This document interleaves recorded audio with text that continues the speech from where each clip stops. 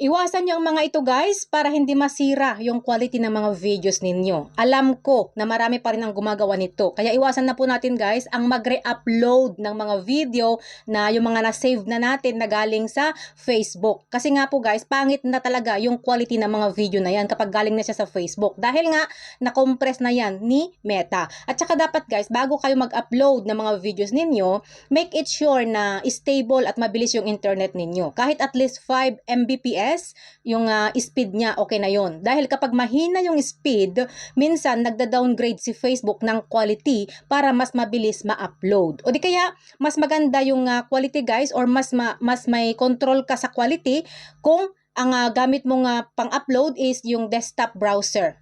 Kaysa kumpara doon guys sa Facebook apps, mas maganda kapag desktop.